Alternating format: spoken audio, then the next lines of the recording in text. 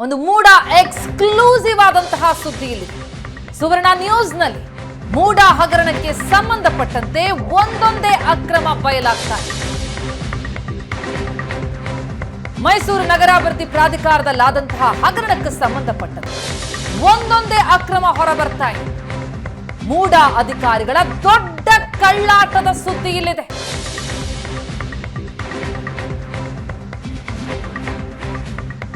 ಆಗಿರುವ ಹಗರಣದಲ್ಲಿ ಏನೇನು ಅಕ್ರಮ ಆಗಿದೆ ಅನ್ನೋದು ಒಂದೊಂದೇ ಬಯಲಿಗೆಳಿತಾ ಇದೆ ಏಷ್ಯಾನೆಟ್ ಸುವರ್ಣ ನ್ಯೂಸ್. ಈ ಮೂಡ ಅಧಿಕಾರಿಗಳು ಮಾಡಿದಂತಹ ಕಳ್ಳಾಟ ಇದೆಯಲ್ಲ ಅಂತಿಂತದ್ದಲ್ಲ. ಈಗ ಈ ಹಗರಣ ಬಯಲಿಗೆ ಬರ್ತಾ ಇದ್ದಂತೆ ಅಕ್ರಮ ಕೂಡ ಒಂದೊಂದೇ ಹೊರ ಬರ್ತಾ ಇದೆ. ಅಂತಹದ್ದೇ ಒಂದು ಅಕ್ರಮದ ಮೂಡ ಅಧಿಕಾರಿಗಳಿಸಿದ ದೊಡ್ಡ ಕಳ್ಳಾಟದ ಸುದ್ದಿ ಇಲ್ಲಿದೆ. ಮೂಡ ಹಗರಣ ಹೊರ ಬೀಳ್ತಾ ಇದ್ದಂತೆ ದಾಖಲೆಗಳನ್ನ ಅಧಿಕಾರಿಗಳು ತಿರುಚಿದ್ರ. ಮೂಡ ಅಧಿಕಾರಿಗಳು ವೈಟ್ನರ್ ಹಾಕಿ ದಾಖಲೆ ತಿರುಚಿದ್ದು ಯಾಕೆ? ಅಲ್ಲೇನಿತ್ತು? ವೈಟ್ನರ್ ಹಾಕಿದಂತಹ ಜಾಗದಲ್ಲಿ ಸಿಎಂ ಪತ್ನಿ ಬರೆದದ್ದೇನು? ತಮ್ಮ ಜಮೀನಿಗೆ ಬದಲಿಯಾಗಿ ನಿವೇಶನವನ್ನ ಕೇಳುವಂತಹ ಹಂತದಲ್ಲಿ ಮುಖ್ಯಮಂತ್ರಿಗಳ ಪತ್ನಿ ಬರೆದಂತಹ ಪತ್ರವನ್ನು ಅಧಿಕಾರಿಗಳು ತಿರುಚಿದ್ರ. ಹಗರಣ ಹೊರ ಬೀಳ್ತಾ ಇದ್ದಂತೆ ದಾಖಲೆಗಳನ್ನ ತಿರುಚಲಾಯ್ತ. ಸಿಎಂ ಪತ್ನಿ ಪಾರ್ವತಿ ಅವರು ಬರೆದ ಪತ್ರವನ್ನೇ ಅಧಿಕಾರಿಗಳು ತಿರುಚಿದ್ರ. 3 ಎಕರೆ 16 ಗುಂಟೆ ಜಮೀನದು. ಆ ಜಮೀನಿಗೆ ಪರ್ಯಾಯ ಭೂಮಿ ಕೊಡುವಂತೆ ಮನವಿ ಪತ್ರವನ್ನ ಕೊಟ್ಟಿರ್ತಾರೆ ಮೂಡಾಗೆ ಸಿಎಂ ಪತ್ನಿ. ಮುಖ್ಯಮಂತ್ರಿಗಳ ಪತ್ನಿ ಪಾರ್ವತಿ ಬರೆದಂತಹ ಪತ್ರ ಸುವರ್ಣ ನ್ಯೂಸ್ಗೆ ಲಭ್ಯ ಆಗಿದೆ. ಹಾಗಿದ್ರೆ ಪಾರ್ವತಿ ಅವರು ಬರೆದಂತಹ ಪತ್ರದಲ್ಲಿ ಏನಿತ್ತು? ಈಗ ಈ ಹಗರಣ ಹೊರ ಬೀಳ್ತಾ ಇದ್ದಂತೆ ಆ ಪತ್ರದಲ್ಲಿ ಮೂಡ ಅಧಿಕಾರಿಗಳು ವೈಟ್ನರ್ ಹಾಕಿ ದಾಖಲೆಗಳನ್ನೇ ತಿರುಚಿದ್ದಾರಾ? ಸುವರ್ಣ ನ್ಯೂಸ್ಗೆ ಲಭ್ಯ ಆಗಿದೆ.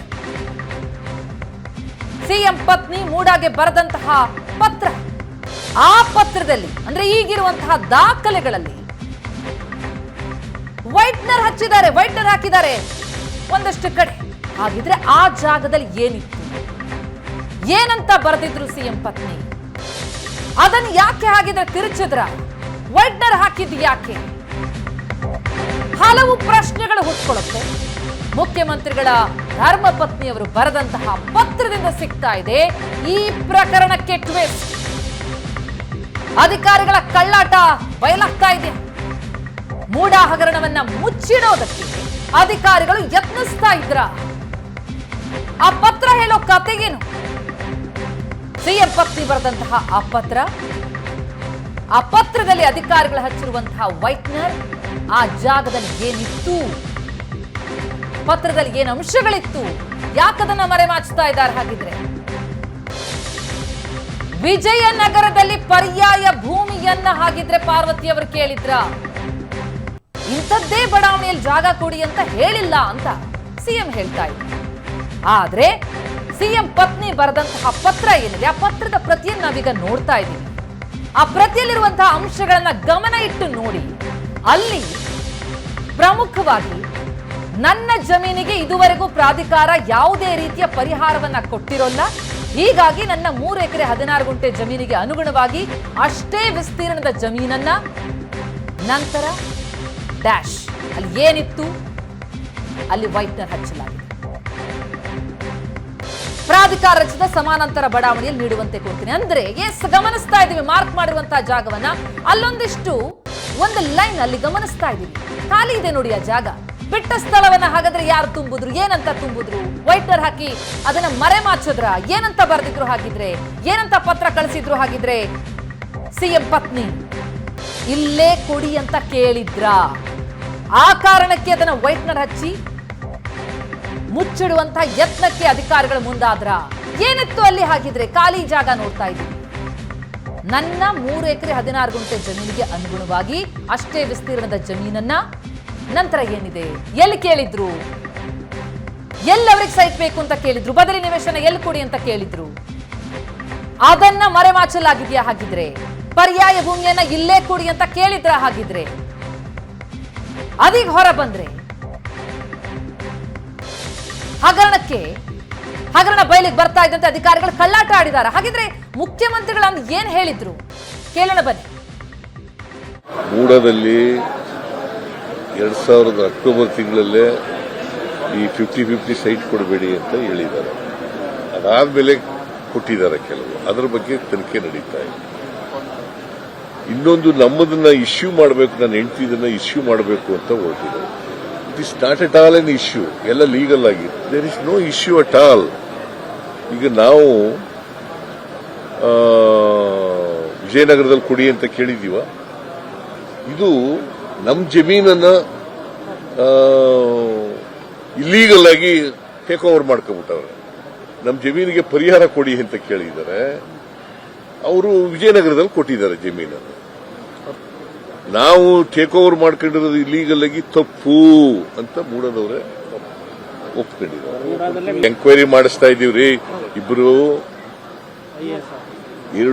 IAS ಆಫೀಸರ್ ಕೇಳಿ ಎಂಕ್ವೈರಿ ಮಾಡಿಸ್ತಾ ಇದ್ದೀವಿ. ಅದು ಏನ್ ತನಿಖೆಯಾಗಿ ಏನ್ ರಿಪೋರ್ಟ್ ಬರ್ತದೆ ನೋಡೋಣ.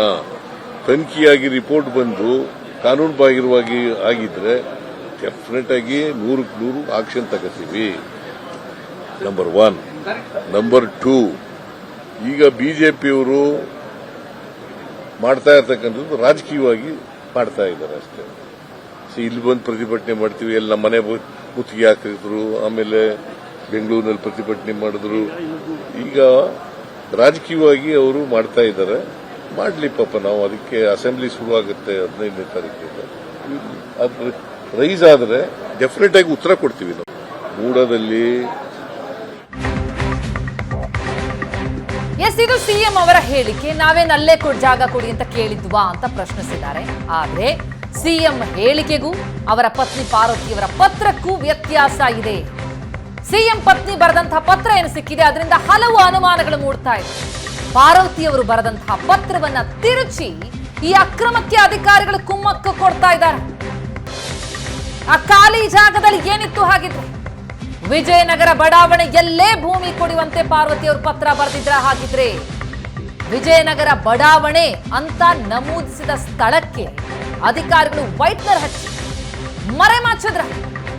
ವೈಟ್ನರ್ ಬಳಸಿ ಪತ್ರವನ್ನ ತಿದ್ದಿದ್ರ ಮೂಡ ಅಧಿಕಾರಿಗಳು. ನಾವಾಗ್ಲೇ ಒಂದು ಪತ್ರ ತೋರಿಸಿದ್ವಿ. ಅದು ಕೆಸರೆ ಗ್ರಾಮದ ತಮ್ಮ ಜಮೀನಿಗೆ ಬದಲಿಯಾಗಿ ತಮಗೆ ಬದಲಿ ನಿವೇಶನ ಕೊಡೋ ಬಗ್ಗೆ ಸಿಎಂ ಪತ್ನಿ ಬರೆದಂತಹ ಪತ್ರ, ಮುಡ ಅಧಿಕಾರಿಗಳಿಗೆ ಬರೆದಂತಹ ಪತ್ರ. ಆ ಪತ್ರದಲ್ಲಿ ಕೆಲ ಜಾಗ ಹಾಗೆ ಬಿಟ್ಟಿದ್ದಾರೆ, ಅಂದ್ರೆ ಅಲ್ಲಿ ವೈಟ್ನರ್ ಹಚ್ಚಿದ್ದಾರೆ. ಆ ವೈಟ್ನರ್ ಹಚ್ಚಿದಲ್ಲಿ ಏನಿತ್ತು? ವೈಟ್ನರ್ ಬಳಸಿ ಪತ್ರ ತಿದ್ದಿದ್ರ ಹಾಗಿದ್ರೆ ಮೂಡ ಅಧಿಕಾರಿಗಳು? ಇಲ್ಲೇ ಕೊಡಿ ಅಂತ ಸಿಎಂ ಪತ್ನಿ ಕೇಳಿದ್ರ ಹಾಗಿದ್ರೆ? ಏನಿತ್ತು ಅಲ್ಲಿ? ವೈಟ್ನರ್ ಹಚ್ಚಿದಂತಹ ಜಾಗದಲ್ಲಿ ಏನ್ ನಮೂದಾಗಿತ್ತು ಹಾಗಿದ್ರೆ?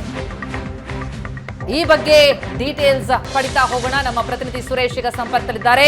ಸುರೇಶ್, ಮೂಡಾ ಹಗರಣ ಹೊರ ಬರ್ತಾ ಇದ್ದಂತೆ ಒಂದೊಂದೇ ಅಕ್ರಮಗಳು ಬಯಲಿಗೆ ಬರ್ತಾ ಇದೆ. ಸಿಎಂ ಆರಂಭದಿಂದಲೂ ಹೇಳ್ತಾ ಇರುವಂತದ್ದು ನಮ್ಮ ಪಾತ್ರ ಇಲ್ಲ, ಮೂಡಾ ಏನಾದ್ರೂ ಅಕ್ರಮ ಮಾಡಿರಬಹುದು, ಆದ್ರೆ ನಮ್ಮದೇನು ಪಾತ್ರ ಇಲ್ಲ ಅಂತಿದ್ದಾರೆ. ನಾವೇನ್ ಇಲ್ಲೇ ನಿವೇಶನ ಕೇಳಿದ್ವಾ, ವಿಜಯನಗರದಲ್ಲೇ ಕೊಡಿ ಅಂತ ಕೇಳಿದ್ವಾ ಅನ್ನೋದು ಸಿಎಂ ಪ್ರಶ್ನೆ. ಆದ್ರೆ ಅವರ ಪತ್ನಿ ಬರೆದಂತಹ ಪತ್ರ, ಆ ಪತ್ರದಲ್ಲಿ ಕೆಲ ಅಂಶಗಳಿಗೆ ವೈಟ್ನರ್ ಹಚ್ಚಿರೋದು, ಇದು ಬೇರೆಯದ್ದೇ ಕಥೆಯನ್ನ ಹೇಳ್ತಾ ಇದೆಯಾ? ಮರೆಮಾಚುವಂತ ಪ್ರಯತ್ನಕ್ಕೆ ಅಧಿಕಾರಿಗಳು ಮುಂದಾಗಿದ್ದಾರಾ ಹಾಗಿದ್ರೆ?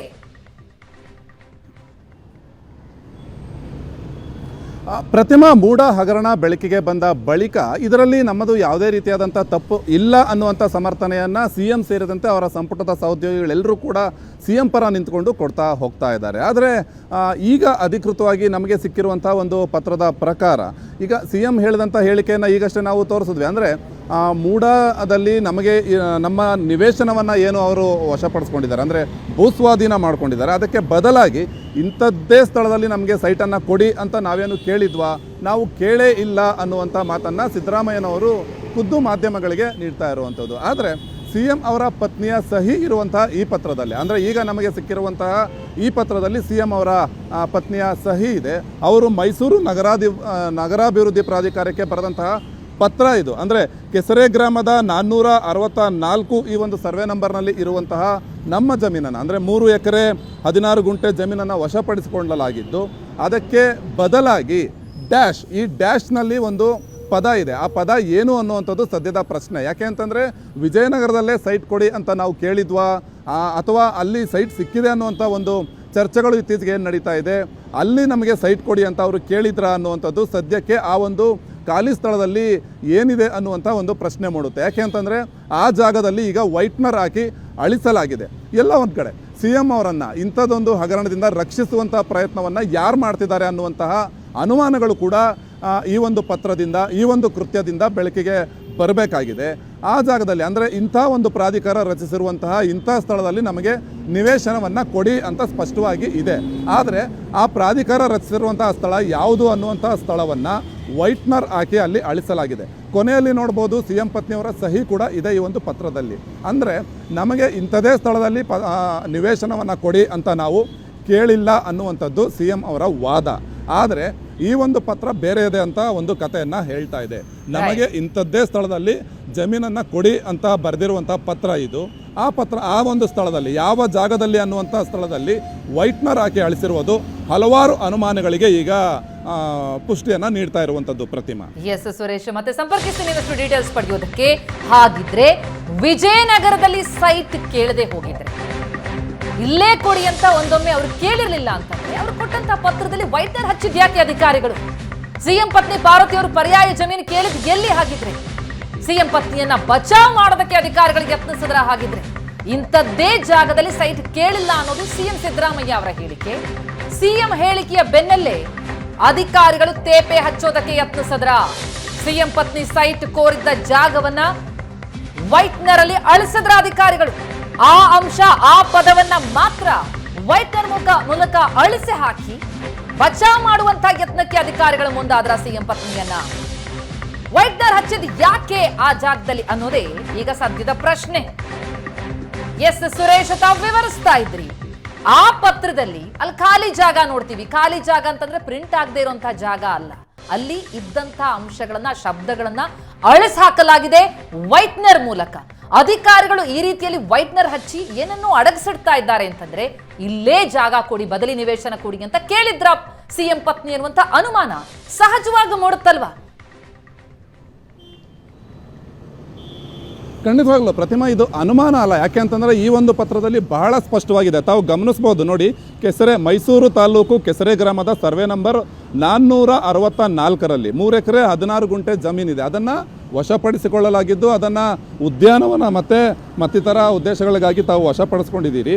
ಅದಾದ ಬಳಿಕ ನನಗೆ ಅದಕ್ಕೆ ಬದಲಿಯಾಗಿ ಅಷ್ಟೇ ವಿಸ್ತೀರ್ಣದ ಜಮೀನನ್ನು ಡ್ಯಾಶ್ ಅಂದರೆ ಆ ಜಾಗದಲ್ಲಿ, ಆ ಒಂದು ವೈಟ್ನರ್ ಹಾಕಿ ಅಳಿಸಿರುವಂಥ ಜಾಗದಲ್ಲಿ ಅಷ್ಟೇ ವಿಸ್ತೀರ್ಣದ ಜಮೀನನ್ನು ಡ್ಯಾಶ್ ಪ್ರಾಧಿಕಾರವು ರಚಿಸಿದ ಸಮಾಂತರದ ಬಡಾವಣೆಯಲ್ಲಿ ನೀಡುವಂತೆ ಕೋರುತ್ತೇನೆ. ಅಂದರೆ ಯಾವ ಬಡಾವಣೆಯಲ್ಲಿ ನನಗೆ ನೀಡುವಂತೆ ಕೋರುತ್ತೇನೆ ಅನ್ನುವಂಥದ್ದು ಸದ್ಯಕ್ಕೆ ನಮಗೆ ಸಿಗದೇ ಇರುವಂತಹ ವಿಚಾರ. ಸಿಗದೇ ಇರುವಂಥದ್ದು ಅಂದರೆ ಅಲ್ಲಿ ವೈಟ್ನರ್ ಹಾಕಿ ಅಳಿಸಿರುವಂತಹ ವಿಚಾರ. ಅಂದರೆ ವಿಜಯನಗರದಲ್ಲೇ ಕೇಳಿದ್ರಾ ಅಥವಾ ಮತ್ತೊಂದು ಕಡೆ ಕೇಳಿದ್ರಾ ಅನ್ನುವಂಥ ಬಹಳ ಸ್ಪಷ್ಟವಾದಂತಹ ಪತ್ರ ಇದು. ಇದರ ಕೊನೆಯಲ್ಲಿ ನೋಡ್ಬೋದು ಪಾರ್ವತಿ ಅನ್ನುವಂಥ ಹೆಸರಿನಲ್ಲಿ ಸಹಿ ಕೂಡ ಇದೆ. ತಮ್ಮ ವಿಶ್ವಾಸಿ ಪಾರ್ವತಿ ಅನ್ನುವಂಥ ಒಂದು ಸಹಿ ಕೂಡ ಇದರಲ್ಲಿ ಇದೆ.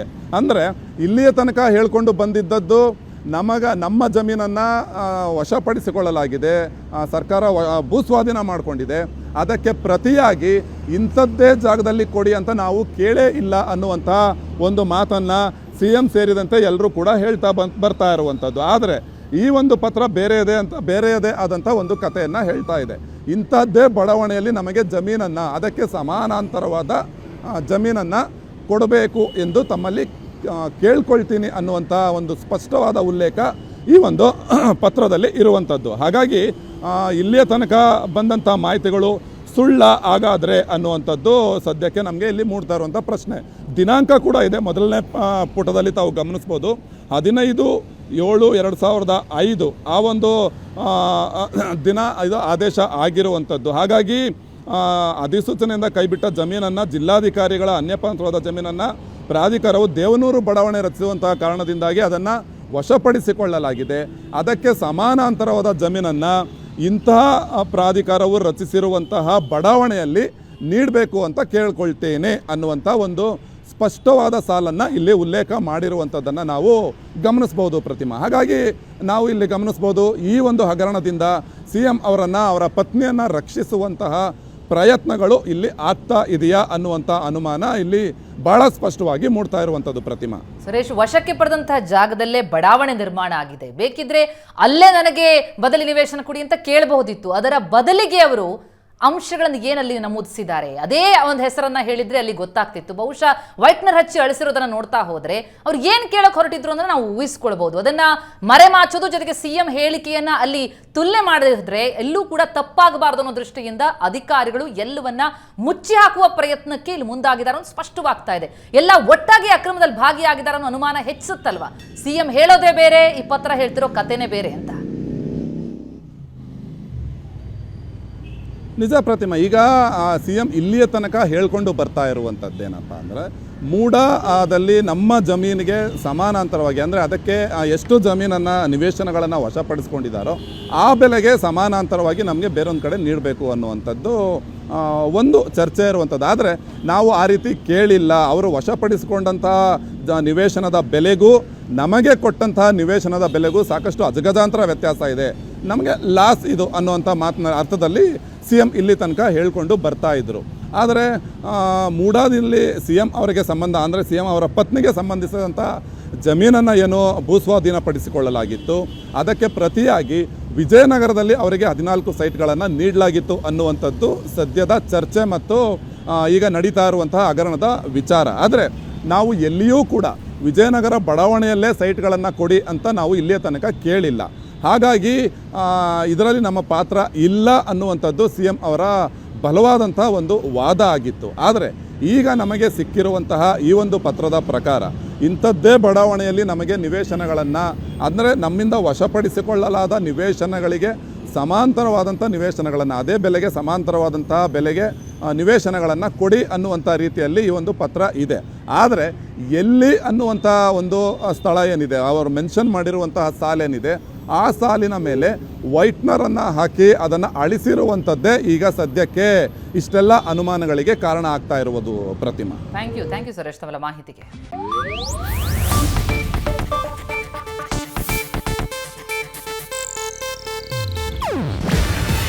ಇದು ಏಷ್ಯಾನೆಟ್ ನ್ಯೂಸ್ ನೆಟ್ವರ್ಕ್ ಪ್ರಸ್ತುತಿ. ನೀವು ನೋಡ್ತಿದ್ದೀರಾ ಏಷ್ಯಾನೆಟ್ ಸುವರ್ಣ ನ್ಯೂಸ್.